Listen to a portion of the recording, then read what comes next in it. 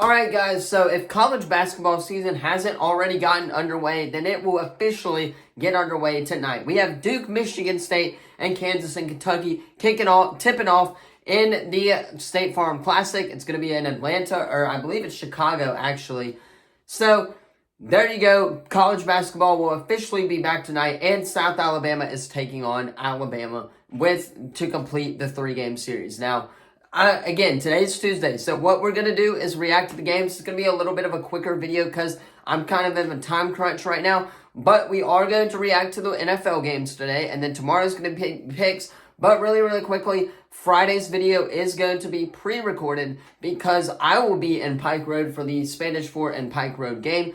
That is going to be on Friday night. We leave at about 1:30 our time, so that's what I will be doing on Friday afternoon, and then we drive up, hopefully stop and get some food, and then head straight to the game. And then after that, we will be going to Auburn for the Auburn football game as well. So, busy weekend ahead, but Friday's video is going to be pre-recorded. That's all you guys need to know. However, let's go ahead and hop in to some NFL week number 10 reactions, I believe. It's either 10 or 11, but let's go ahead and hop right into some reactions.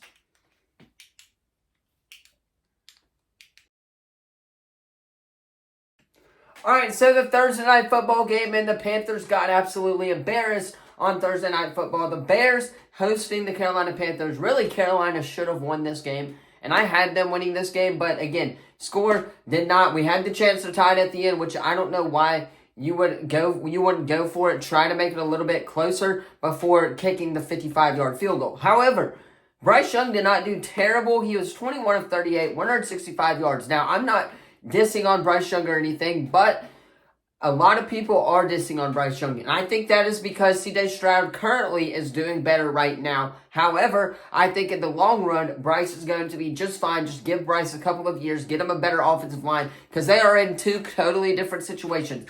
Now, looking on the Bears side of things, Tyson Bagent was 20 of 33, 162 yards. Devontae Foreman had the one touchdown. Again, a very, very boring game for a Thursday night game, but the Bears do embarrass the Carolina Panthers on Thursday night football. Carolina's got some work to do for next year. Moving on, and I'm sorry that Germany had to get this game. It was the Colts and the Patriots. This game was everything that we thought it was going to be. It was a boring game for a boring time period to watch it right now. The Colts do get the win, however, 10-6, and other than Gardner Minshew, there's really nothing to highlight. I mean, Jonathan Taylor did pretty good, 70 yards for 23 carries and a touchdown. Gardner Minshew did throw that one interception, but Mac Jones did struggle a little bit in Germany. So, overall, it was a boring game, and I'm sorry, Germany, that you had to witness it. So, let's move on to the next game. Alright, so I've officially bought into the Ravens hype, and they proved me otherwise this game. So the Browns beat the Patriots 33-31, and this game was pretty good. Deshaun Watson not doing terrible, 20 of 34, 213 yards, a touchdown, and a pick. Jerome Ford was the leading rusher. He had 107 yards and 17 carries. So the running core was with it for the Browns. However, the one touchdown came from Kareem Hunt, where they handed it off, and then Elijah Moore scored the other touchdown as well. Take a look at Lamar Jackson. Played absolute dog water, 13 of 23, 223 yards, one touchdown, and 2 interceptions. Now, Keaton Mitchell and Gus Edwards did have the other 2 touchdowns, but it wasn't enough as the Baltimore Ravens fall to the Cleveland Browns when we have officially bought into the hype. However, Browns do get a convincingly good win on the road.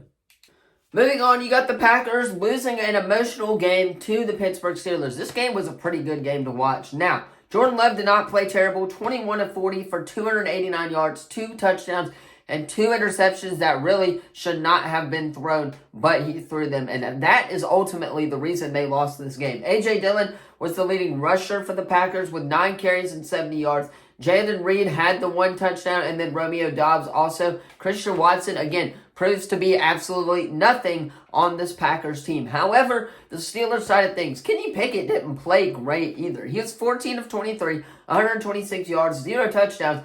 Najee and Jaylen Warren both had the touchdowns for the Pittsburgh Steelers, and I believe the defense also had a pick 6 or something like that as well. So, Pittsburgh, Kenny Pickett did not play well, but you did get the win over the Green Bay Packers in a very, very close game.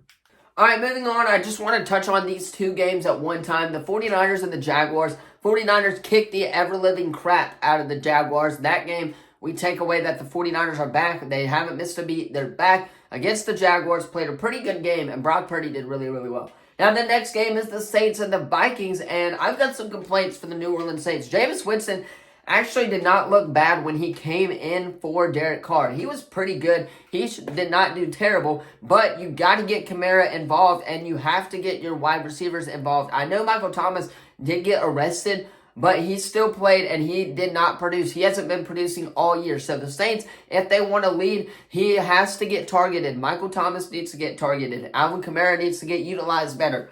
Jameis Winston actually did a better job than Derek Carr, is what I thought, of utilizing his weapons on that receiver. Now, I know Michael Thomas did get hurt, and it's not a season for the Saints unless Michael Thomas does get hurt. But, however, the Vikings get a win, and Josh Dobbs proves why he is the GOAT. So, 49ers, convincingly good win. Vikings get a really good win as well. Let's move on to the next game, which was a thriller.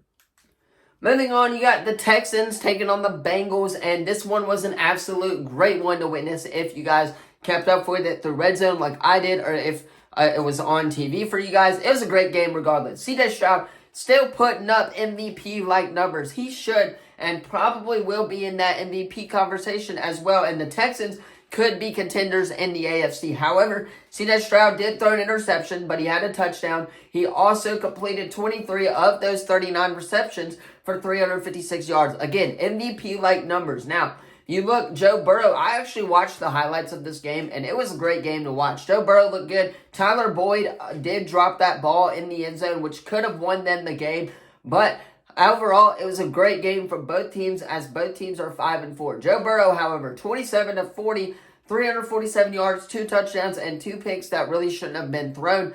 And again, I don't know what it was, but he really shouldn't have thrown those as well. So Joe Mixon, though, on the other hand, 11 of 46 and 1 rushing touchdown as well. Joe Mixon actually looked pretty good in the highlights that I watched, but the Bengals defense does need to step it up if they want to be contenders, and I think the Texans are contenders in the AFC. However, Texans get a win. They are in second place in the AFC South, so hopefully they can compete in the AFC. However, it was a great game for both teams to watch.